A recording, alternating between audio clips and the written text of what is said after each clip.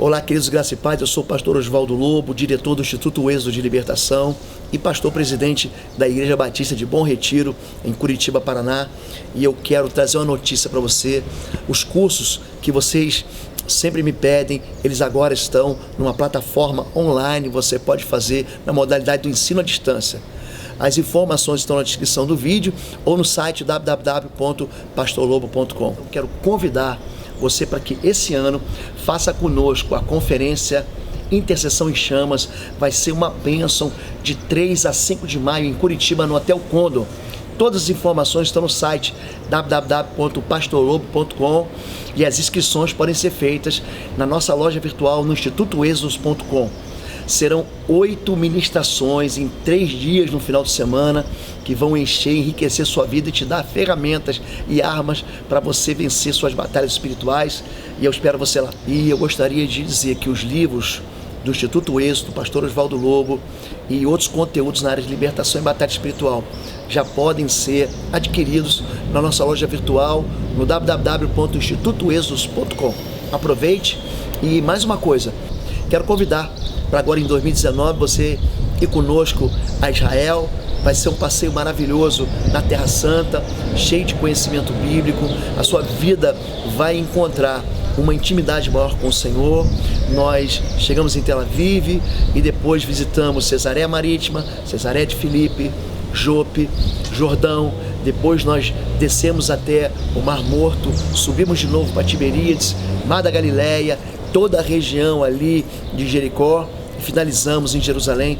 É uma viagem que vai te levar para bem pertinho de Deus e que vai trazer ao seu coração muita paz. Eu espero você lá. Fica com Deus, dá um like nesse vídeo, aperta o sininho para você receber as nossas informações. Aproveite, fica na paz.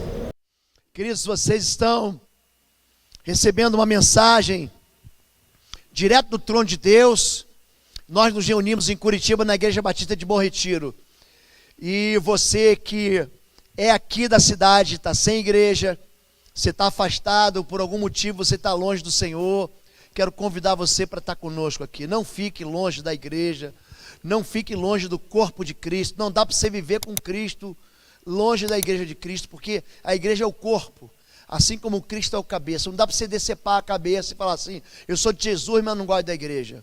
A igreja é um local de gente, seres humanos, que porventura devem ter decepcionado você, mas continua sendo um local onde Deus abençoa a gente. É aqui que Deus ordena a vida e a bênção para sempre. Amém? Então venha visitar a gente, Avenida Desembargador Augusto Simões, no 772. Nós temos um time de segurança aqui, nós temos uma equipe que vai cuidar do seu filho, nós temos estacionamento para quem chega na hora, né? Chega um pouquinho antes, na verdade, chegar na hora, você não vai encontrar estacionamento nenhum. Amém? Fica com Deus. Vamos lá. Domingo passado nós ministramos sobre fortalezas espirituais. Nós pegamos a figura de um inimigo que não é muito famoso na Bíblia. O nome dele é Jebuseu. Ele habitava na fortaleza de Jerusalém, daí vem o nome de Jerusalém, cidade da dupla paz. E ele fica alojado como se fosse um inimigo assim muito tímido, mas na verdade eles são os piores inimigos de Israel. Você vai descobrir que os jebuseus foram os últimos inimigos a serem vencidos pelo povo de Israel. A tribo de Benjamim tentou destruí-los, a tribo de Judá tentou acabar com eles, eles resistiram, tocaram fogo na cidade e ele ficou lá. Tem experiências que nós temos de libertação, que você diz: em nome de Jesus, sai, o espírito imundo não quer sair. Você diz: queime em nome de Jesus, ele não sai. Tem castas que só saem com jejum e oração. Mas hoje eu quero falar para você sobre fortalezas espirituais.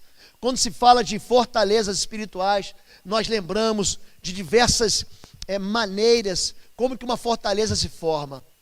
Uma das piores fortalezas que você vai encontrar é o medo. O medo é incapacitante. Quando você está com medo, gente que sofre, por exemplo, com transtornos psicológicos, quando você vê uma pessoa com transtorno do pânico, você vai ver que ela tem medo de ter medo. Essa é uma definição boa do pânico. Uma pessoa que vive com medo, ela não sai de casa, ela não vive. Tem gente que tem medo de viver, tem gente que tem medo de morrer, e aí ele fica assim absolutamente paralisado. o medo causa um curto-circuito nas promessas do Senhor. Você passa a crer mais nas mentiras que o medo conta para você do que nas verdades que a palavra de Deus diz para você. Eu não tenho dificuldade de crer, nenhuma. Talvez por causa da atividade profissional que eu exerci, eu sempre ensinei aqueles que caminhavam comigo a avançar em campo minado, a se dirigir àqueles ninhos de metralhadora, aquelas .50, a não temer o inimigo, porque se você tem um time acovardado, se você tem pessoas com medo, eles não avançam. Alguém que acha que o casamento não vai ser restaurado, ele não avança.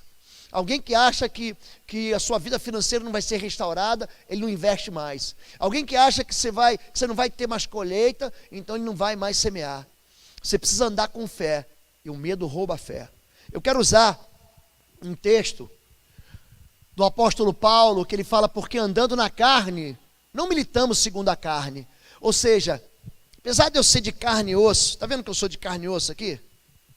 Eu não luto com a minha carne. Eu não luto com a minha energia, com a minha força humana, com a minha inteligência humana, com os meus diplomas.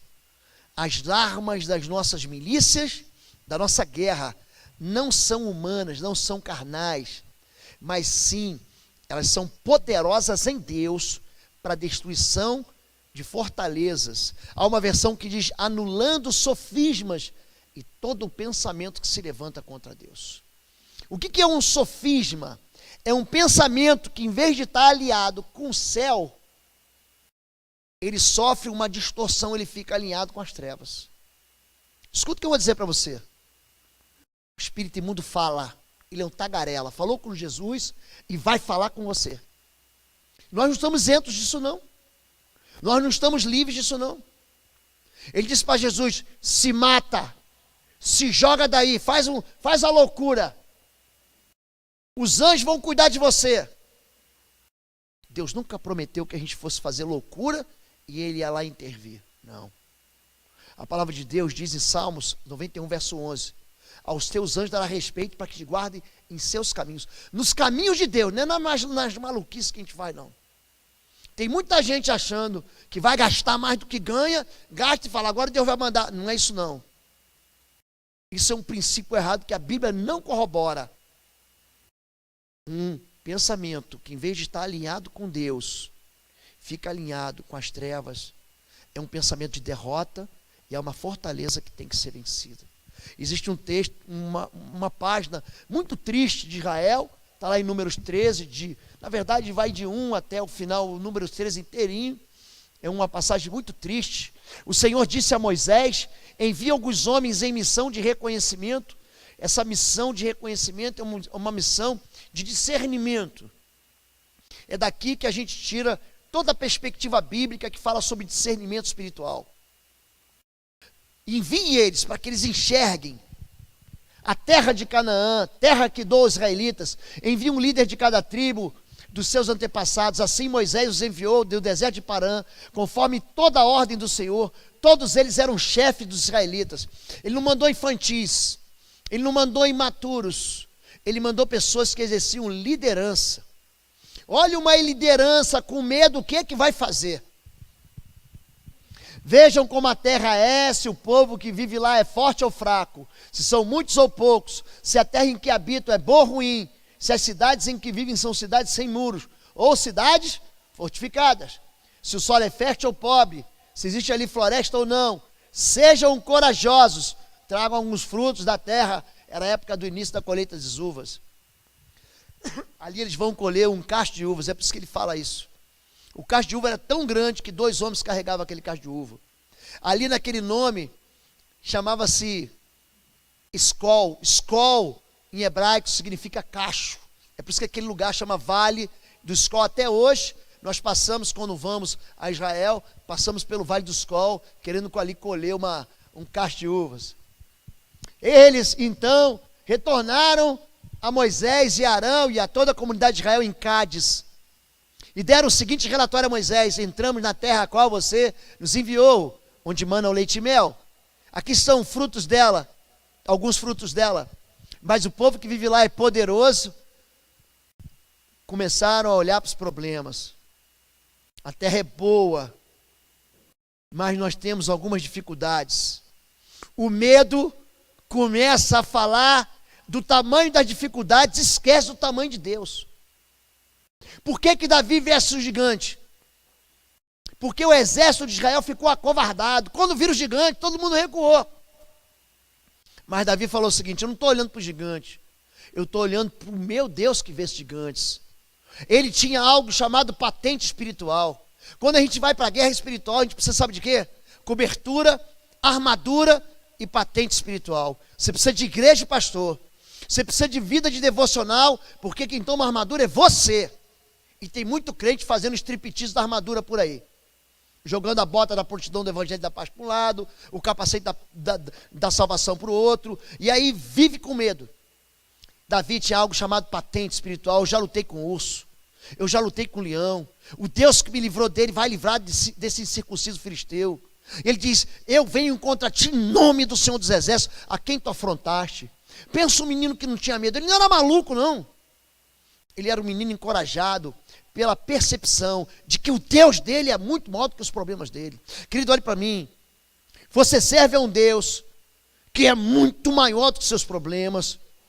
Gente, para Deus não há dificuldade nenhuma em gerar um bebê no ventre de uma mulher de 90 anos. Você tem vó e bisavó. Você já imaginou a tua bisavó chega em casa no domingo e diz assim: estou grávida? Ah, pastor, isso é impossível. Para Deus não é não. Para Deus não é não. Eu gosto de orar pelas mulheres que não podem ter filhos. Eu gosto disso. Por quê? Porque isso gera fé no coração e Deus vai brotar aquele útero seco, vira um ambiente fértil para gerar vida. O que é mais fácil para Deus? Fazer uma mulher de 90 anos engravidar, ou fazer a Virgem de Nazaré engravidar sem ter um homem? A impossibilidade está na tua cabeça, é uma fortaleza. A impossibilidade deixa você com medo e impede você de ver vitória. A impossibilidade faz você bater em retirada. A impossibilidade faz você deixar de crer naquilo que é possível para o Senhor. Você, em vez de chamar Deus, você fica olhando para a sua própria carne. Gente, essa carne aqui não presta para nada. Nada. Aliás, se você quer saber a verdade, carne e sangue não é do reino de Deus. Não presta. Carnalidade. Eu vejo igrejas carnais, gente brigando por ministério, competindo por vaidades, homens e mulheres querendo aparecer. Querido, a única estrela que pode ter numa igreja é o Senhor Jesus. É Ele que tem que ser honrado, glorificado e exaltado. Agora, o medo faz a gente chegar na beira, na borda, na porta de Israel, da terra que manda leite e mel, e voltar para ficar andando no deserto. Tem gente que não recebe a vitória por causa de medo. Não, pastor, porque eu não quero brigar. Não, pastor, porque eu tenho, sabe como é que eu sou, pastor? Eu sou bem satisfeito com tudo. É uma ausência de vontade de crescer. O povo que vive lá é poderoso. As cidades são fortificadas e muito grandes. Também vimos os descendentes de Enac. São gigantes, os enaquins. Os amalequitas vivem no Negueb, é no deserto. Os hititas, jebuseus e amorreus vivem na região montanhosa. Está lá o jebuseu, ó.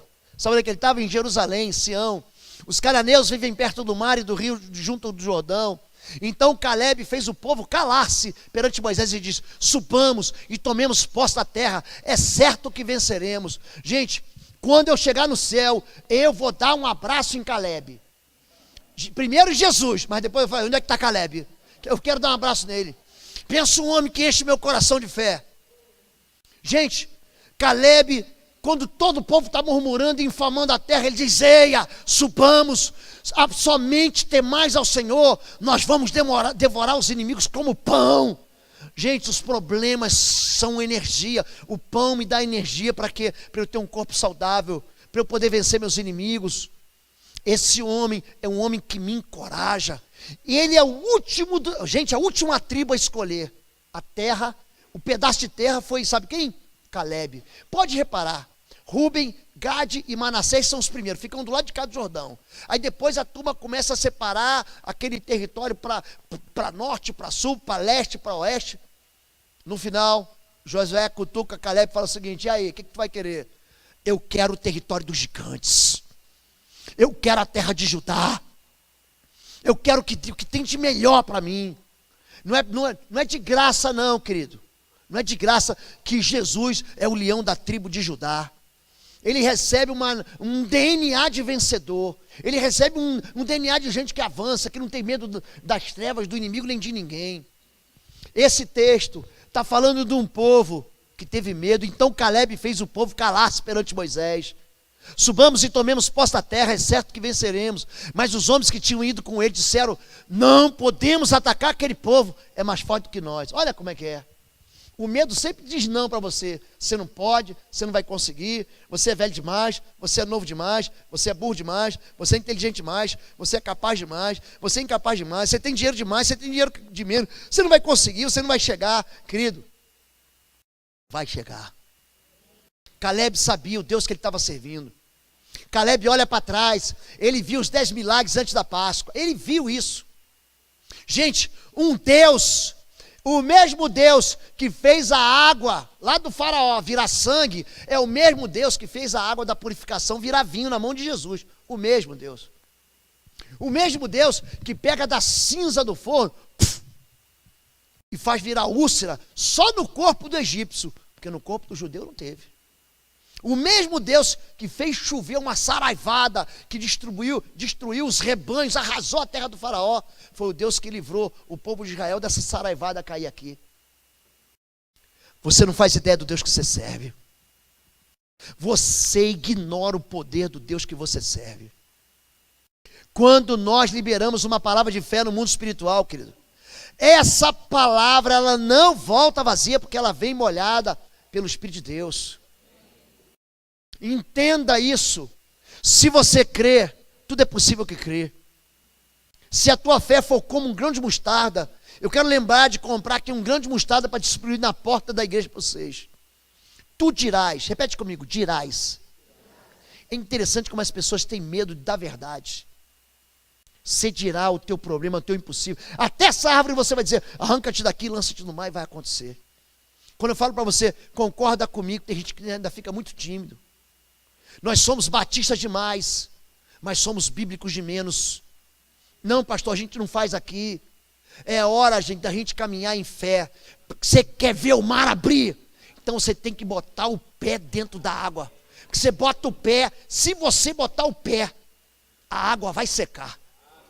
O povo de Israel não passou ali com o pé cheio de lama, não. Não ficou com a sandália cheia de lama. Foi a pé seco. Esse Deus é um Deus que tira da gente o medo.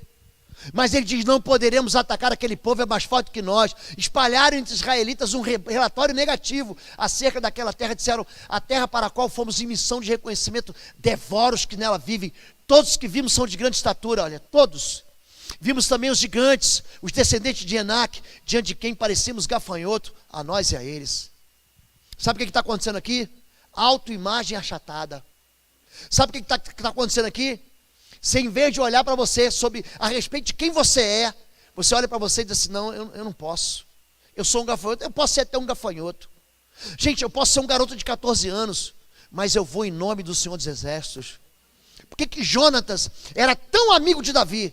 Se você pegar capítulo 4 de 1 Samuel, Jonatas está cercado, ele está entre o exército filisteu e a terra dele. Ele vira para o amigo dele, escudeiro, e fala assim: para o Senhor, tanto faz vencer com muitos e com poucos. Vai ele e o escudeiro dele, e eles derrotam todo um time, toda uma companhia de inimigos filisteus. Sabe por que você não vence? Porque você não crê e não quer crer. Sabe por que você não vence? Porque você gosta de religião. Religioso gosta da religião e não crê naquilo que está escrito. Pega essa Bíblia que você lê, querido, e mistura isso com o teu arroz, com o teu feijão. A palavra de Deus tem que entrar dentro da gente e forjar no nosso ventre fé para a gente poder avançar. Sem fé, nenhum soldado avança no campo de batalha. Sem fé, um pai, um marido desiste da sua família. Sem fé, um homem que quer vencer o pecado, uma mulher que quer vencer o pecado, não consegue vencer. Você precisa crer que essa palavra é a verdade. Quando Hebreus fala sobre isso, ele diz o seguinte: que é necessário, que aquele que crê, é necessário misturar a palavra com a fé. Não é só dizer está escrito, mas isso aqui eu quero é para mim. O que está acontecendo aqui, gente? Gente que está vivendo com medo de viver. Salmo 55, meu coração está dolorido dentro de mim, terrores da morte caíram sobre mim, temor e tremor vieram sobre mim e o horror me cobriu. Existe uma promessa de Jesus, olha aqui, querido, eu não vos abandonarei. Quer outra? Eu não vos deixarei órfãos. Você quer outra? Eis que estarei convosco todos os dias até o final, até o fim dos séculos. Pensa num Deus que não abandona a gente.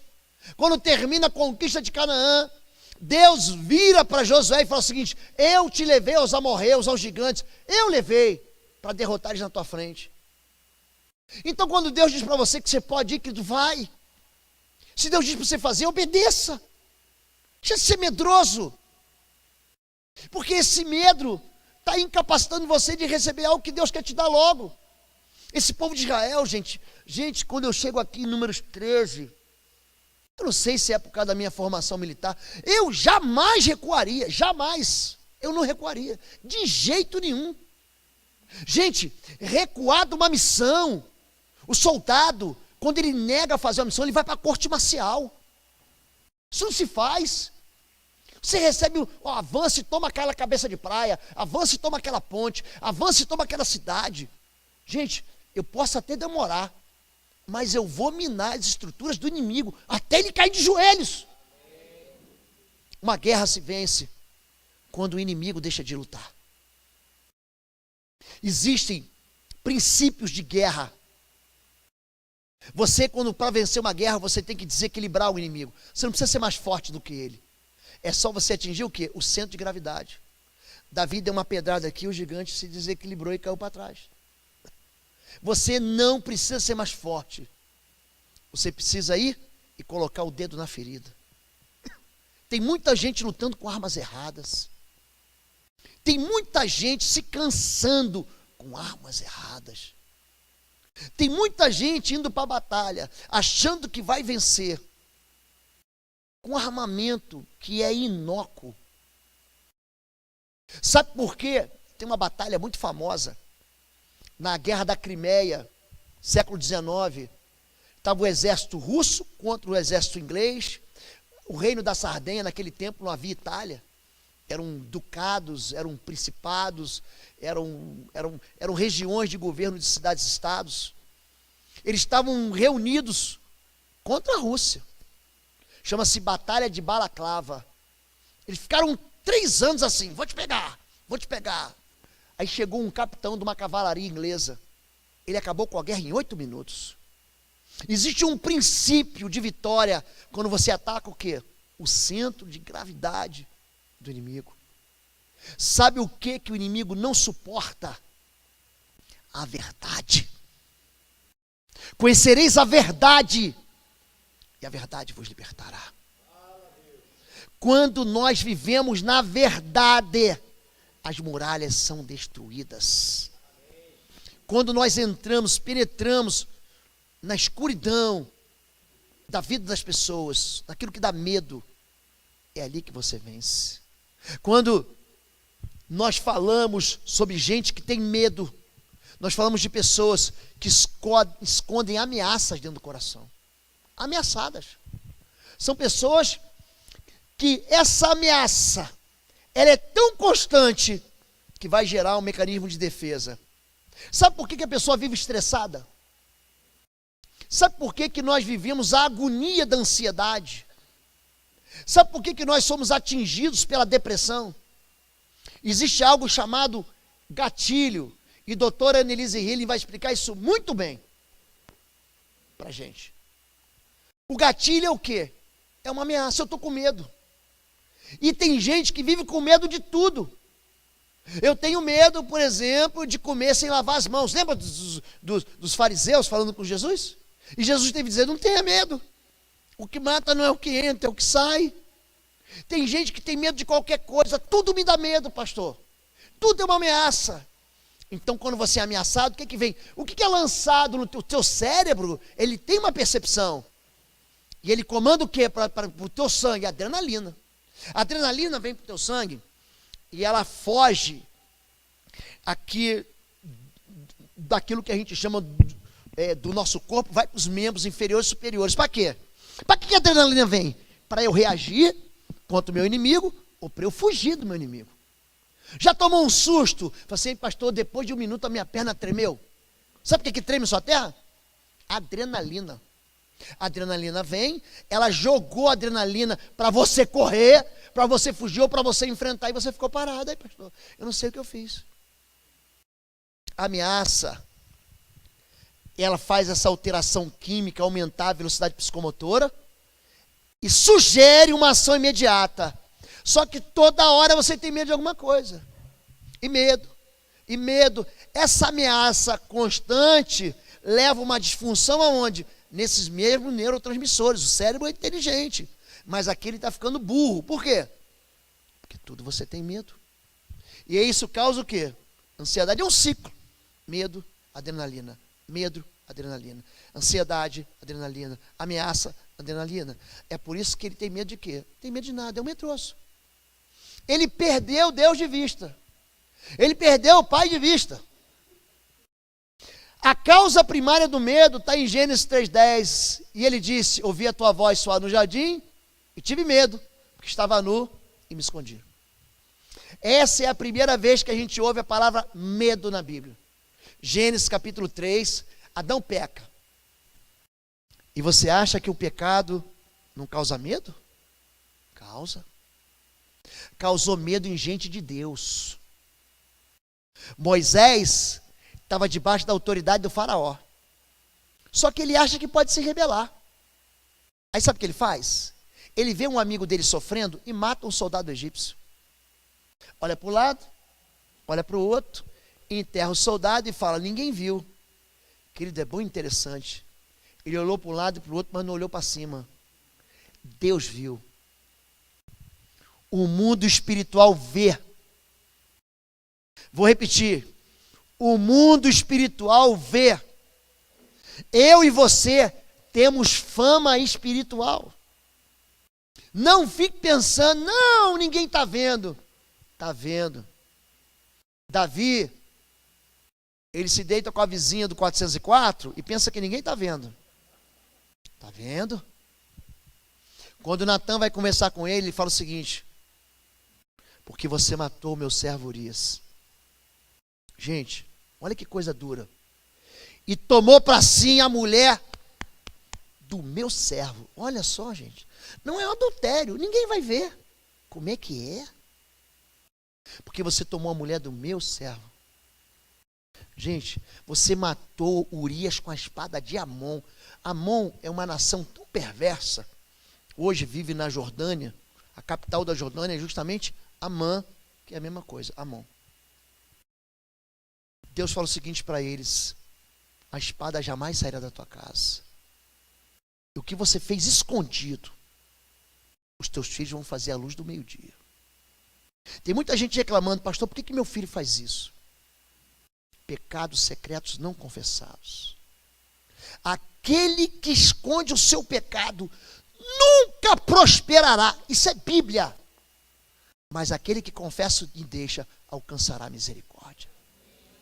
Só que nós entramos dentro de igreja evangélica e diz, não, levanta a mão, aceita Jesus, está tudo resolvido.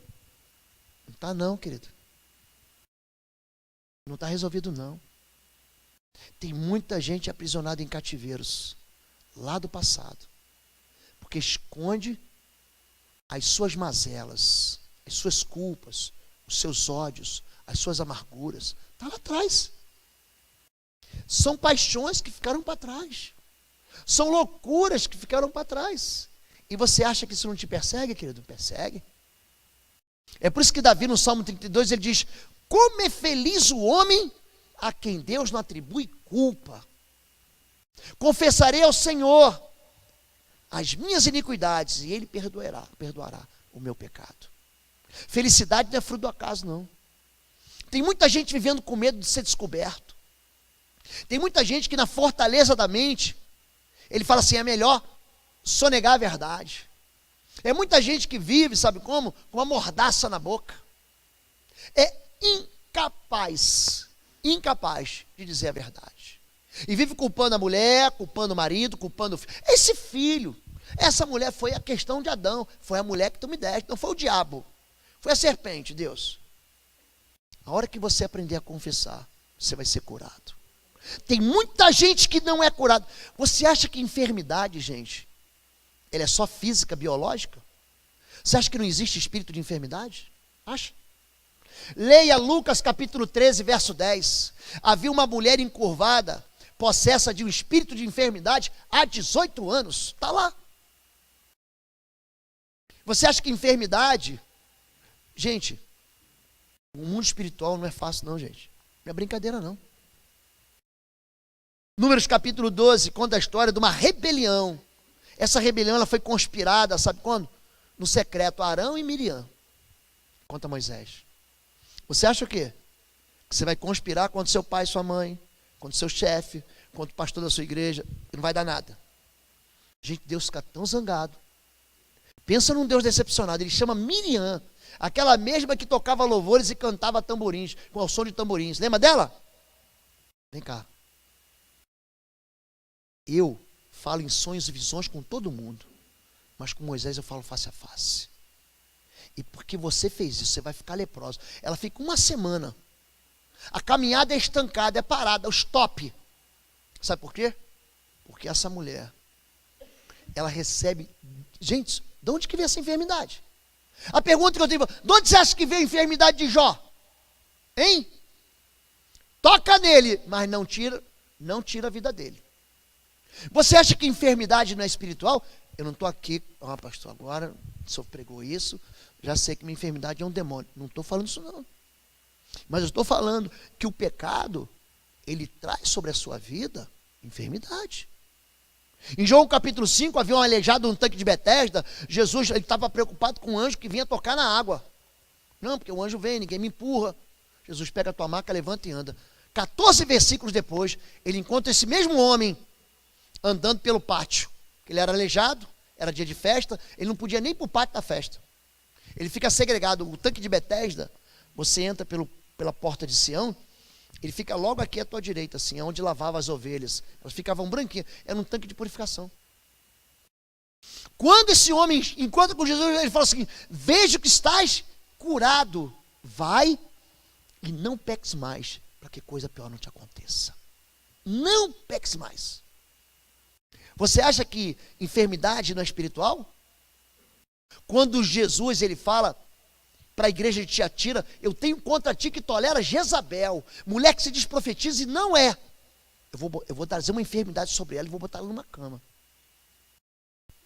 Então a gente trata a palavra de Deus como se fosse uma bobagem. Eu quero vir na igreja para o pastor orar por mim. Querido, o pastor vai orar por você. Só que você tem que aprender a romper com o pecado. Cuidado com o que você fala. Porque a tua boca fala do que está cheio do teu coração.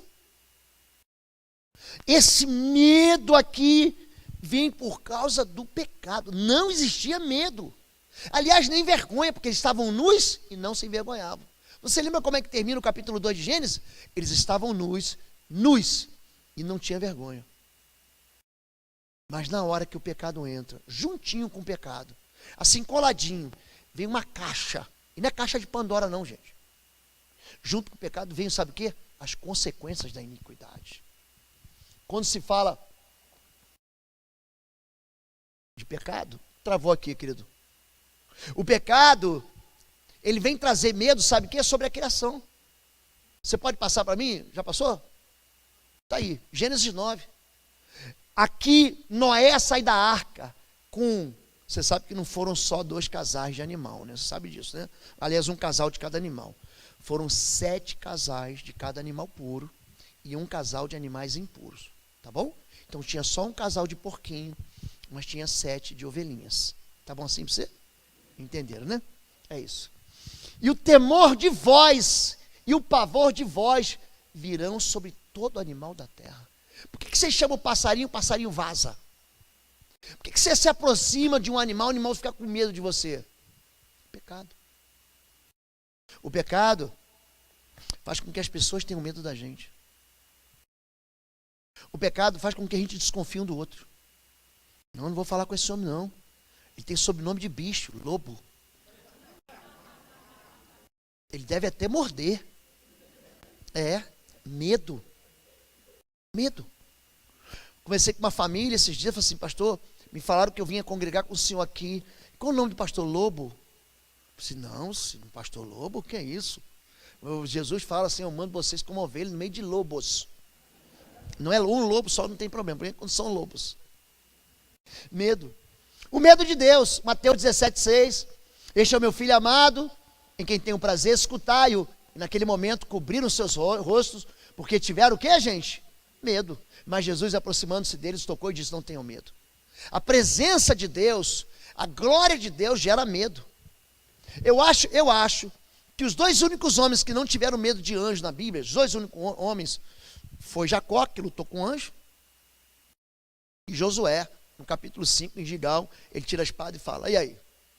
Isso é dos nossos ou dos nossos inimigos? E Josué já gostava de brigar, né? Ele já puxou a espada. O resto, João, ele vê o anjo do Senhor, ele cai como morto no livro do Apocalipse. O anjo tem que tocar ele e fala assim, não tenha medo.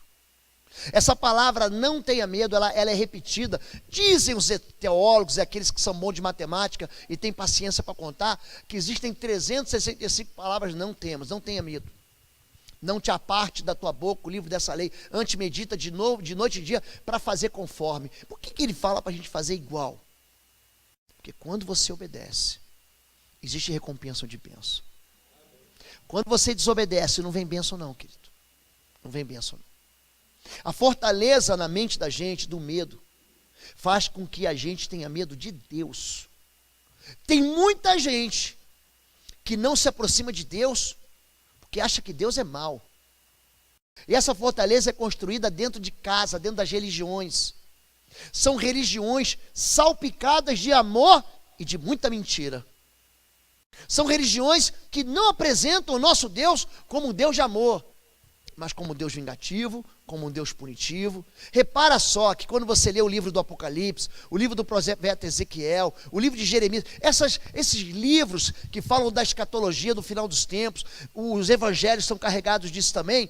Repara só que será o grande e terrível dia do Senhor. Eu falei, ai que medo. Mas em outras partes fala assim, será o dia da alegria e da festa. Por quê? Porque para quem está em Cristo, gente, a Bíblia diz que nós vamos subir ao céu cantando louvores e festejando. Agora, para quem rejeita o Senhor Jesus, amigão, não vai ficar barata a conta não. Não vai não, gente. Então depende de quem olha, depende de quem vê. Por que eu não preciso temer o Senhor? Porque o sangue da cruz está sobre a minha vida. Gente, Ele purificou a minha vida. Se Deus, Ele me amou de tal maneira que deu o seu Filho unigênito, Ele foi capaz... Gente, eu estou vendo aqui uma mãe com um filhozinho, olha lá, está saindo com um bebezinho. Olha que bebê lindo, lourinho. Você dá o seu filho para mim? Você deixa eu enfiar uma cruz nele, um cravo na mão dele, botar ele numa cruz? Não. Quem tem filho aqui? Qual de vocês aqui que tem filhos, você que está vendo a gente pela internet, daria o seu filho por um marginal, por um ladrão, por um assassino, por um mentiroso? Você daria? Estou falando da sua vida, não, a vida do seu filho.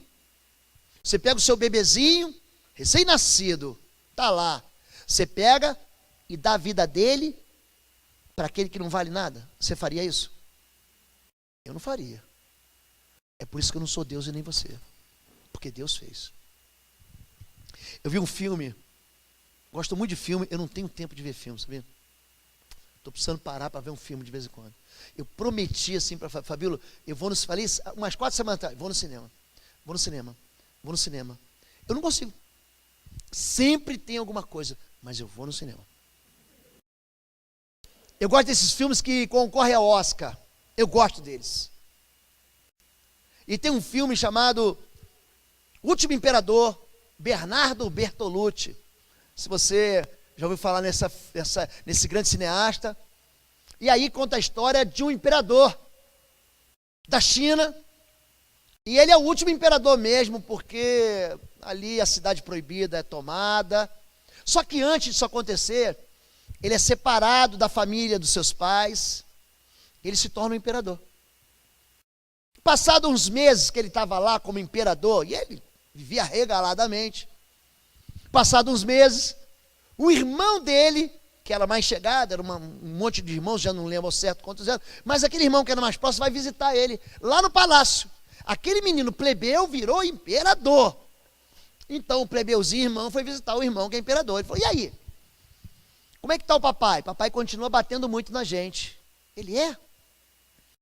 Aqui eu não apanho, porque eu sou rei. Ele é mesmo? Não. Aqui, quando eu faço besteira, quem apanha é o meu servo. Quer ver uma coisa? Ele pega um jarro e pá, quebra aquele jarro. Quando ele quebra o jarro, ele fica quieto, senta no trono. Gente, aí vem tipo um tutor, dá uma bronca num dos servos, pega uma vara e bate 30 vezes nele. Pá, pá, pá, ai, ai, ai. O rei faz besteira e quem apanha é o servo. Gente, como esse filme falou comigo? A Páscoa, que a gente vai celebrar daqui a algumas semanas, é justamente o contrário. Os servos fizeram besteira e foi o rei que sofreu na cruz. Agora eu quero fazer uma pergunta para você. Se esse Deus foi capaz de dar o seu filho pela sua vida, por que você tem tanto medo? Por quê?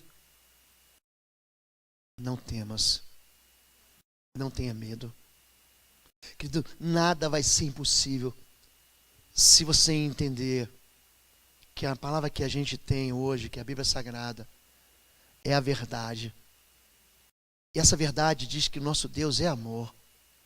Ele é misericordioso e compassivo. Ele ama o perdão.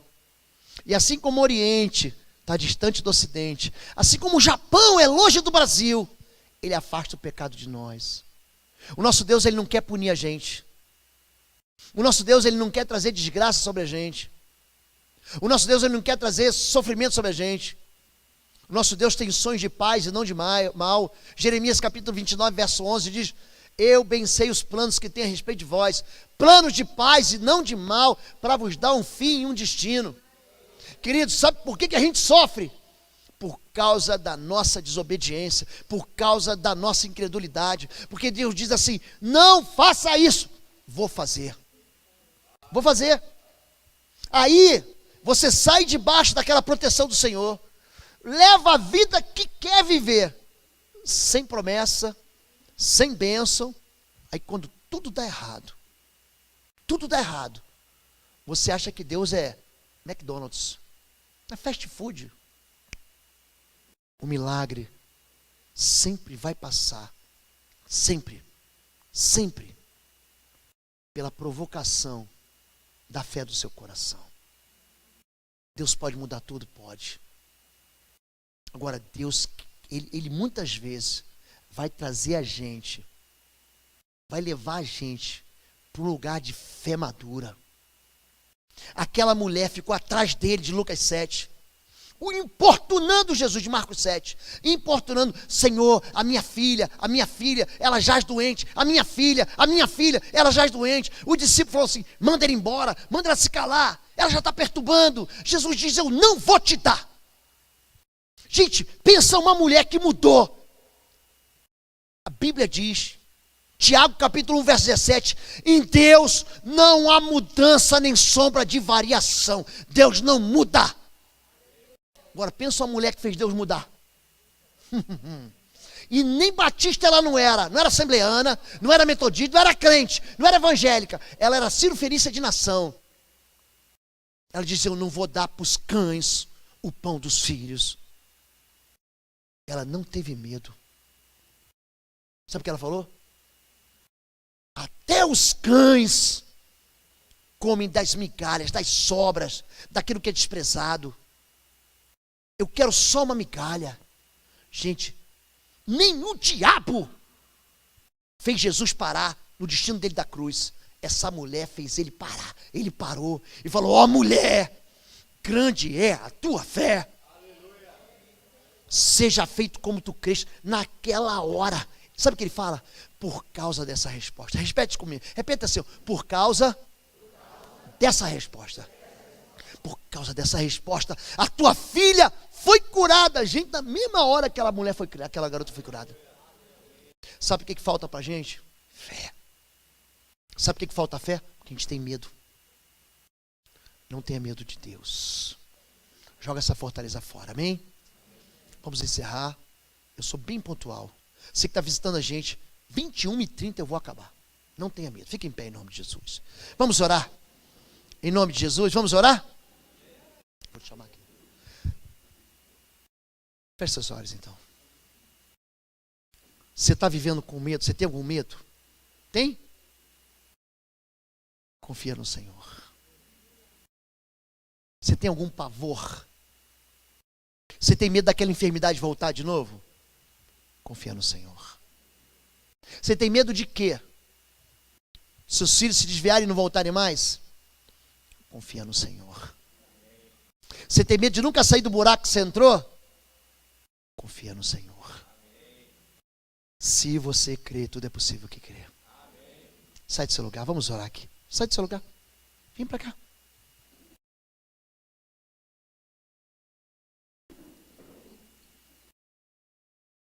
Vamos orar. Você que está com medo, ou você que teve medo, hoje você vai deixar esse medo aqui, ó. Esse medo vai ficar aqui. Fortaleza. As fortalezas que nós encontramos são destruídas. Davi tomou a fortaleza de Jerusalém. Josué destruiu a fortaleza de Jericó. Sabe quando? Quando ele confessa o poder de Deus. Eles gritam, cai.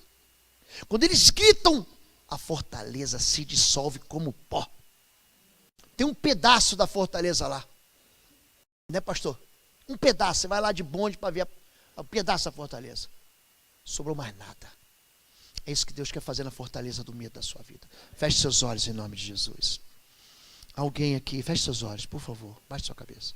Alguém aqui essa noite quer dizer para Deus assim: Deus, eu quero largar esse medo. Se você quer isso, só levante sua mão. Só isso. Deus abençoe todos vocês. Deus abençoe. Vocês foram muito corajosos levantando as mãos. Deus abençoe. Pode baixar sua mão. Alguém aqui essa noite quer fazer uma aliança com Jesus. Eu quero fazer um pacto com Jesus. Eu quero.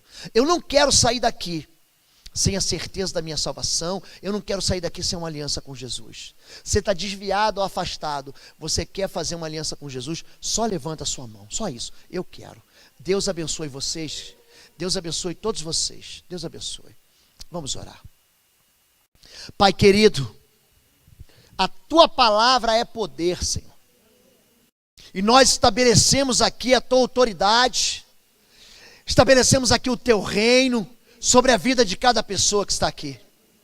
Senhor, arranca todo espírito de medo em nome de Jesus.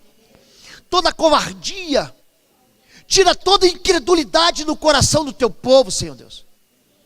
Pai, não deixa o teu povo ficar rodando no deserto. Não deixa o teu povo chegar diante da terra da promessa, daquele lugar que mana leite e mel, e recuar. Pai, em nome de Jesus, enche os teus filhos de autoridade. Coloca uma palavra profética na boca dos teus filhos. Coloca uma palavra no coração, faz encharcar a vida deles com a tua presença, Pai.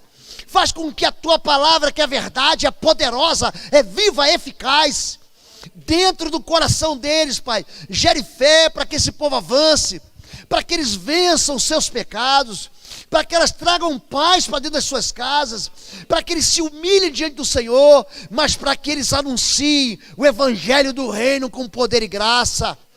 Pai, tira do meio do teu povo toda a fortaleza do medo, Senhor Deus, todo espírito de pânico, toda a depressão que tem levado o teu povo ao medo. Cancela em nome de Jesus toda a artimanha das trevas, toda a arma forjada do inimigo. A tua palavra diz que nada nos tocará. Eis que estarei convosco todos os dias. A tua palavra diz, Pai, aquele que nasceu de Deus não anda em pecado, Deus o guarda e o maligno não lhe toca. A tua palavra é verdade, portanto, tira dos nossos ouvidos todas as ameaças. Tira de nós, Senhor Deus da glória, todas as mentiras das trevas. Tira do nosso ouvido todas as vozes intimidadoras e enche-nos, Senhor Deus, da tua palavra que é verdade. Enche-nos da tua palavra que nos desafia. Enche-nos, Senhor Deus, da porção do teu Espírito Santo. Enche-nos, Senhor Deus, do revestimento do Senhor e faz-nos avançar em nome de Jesus. Amém. Amém. Você pode dizer amém comigo, querido? Amém. Joga fora o medo, sabe por quê? O amor de Deus lança fora todo o medo. O teu Pai que está no céu te ama. Você é filho. Você é filho do Pai. Chame Deus de Pai. Chame o Senhor de Pai. Foi assim que Jesus nos ensinou. Pai nosso que estás no céu. Chame Ele de Pai. Você vai ter notícias extraordinárias se você começar a tratar Deus como Pai. Notícias para coisas pequenas e notícias de coisas notáveis. Notícias de pequenos milagres e notícias de milagres extraordinários. Se você tiver fé, você vai ver aleijado andar. Você vai ver cego ver, surdo ouvir. Você vai ver gente que está morta ressuscitar. Porque é possível que crê. Se você tiver fé, você vai andar sobre as águas. Se você tiver fé, aquilo que tem te importunado, te ameaçado, vai sair da sua vida. Se você tiver fé, você vai chegar num lugar que você nunca imaginou. Como eu fui chegar aqui? Você vai falar, foi o Senhor. Para que seu coração não se orgulhe, não se ensoberbeça, para você dizer, fui eu. Não foi você não, querido. Foi o Senhor. Amém? Deus abençoe a todos vocês. Deixa eu fazer um convite para vocês. Dia 1º de maio nós vamos ter o piquenique aqui das famílias. É um feriado de quarta-feira. Pastor, falta um mês. Mas eu tenho alguns lugares. Você fala assim, pastor, são 400 lugares. Os nossos cultos estão sendo frequentados aos domingos por 600 pessoas. Vão ter 200 que vão ficar de fora. Tá bom? Então é quarta-feira. Você pode procurar a Central IBBR, tá bom? E comprar outra coisa. Dia 26 de maio, nós vamos receber novos membros aqui. Você que está sem igreja, você precisa de cobertura espiritual da igreja do seu pastor. Então, dia 26, nós vamos fazer o quê? Uma assembleia de manhã para recepção de membros. Você que não é batista, você vai fazer o quê? Você vai entrar numa classe de integração que funciona todo domingo às 9 da manhã. Para você entender como é que a gente caminha.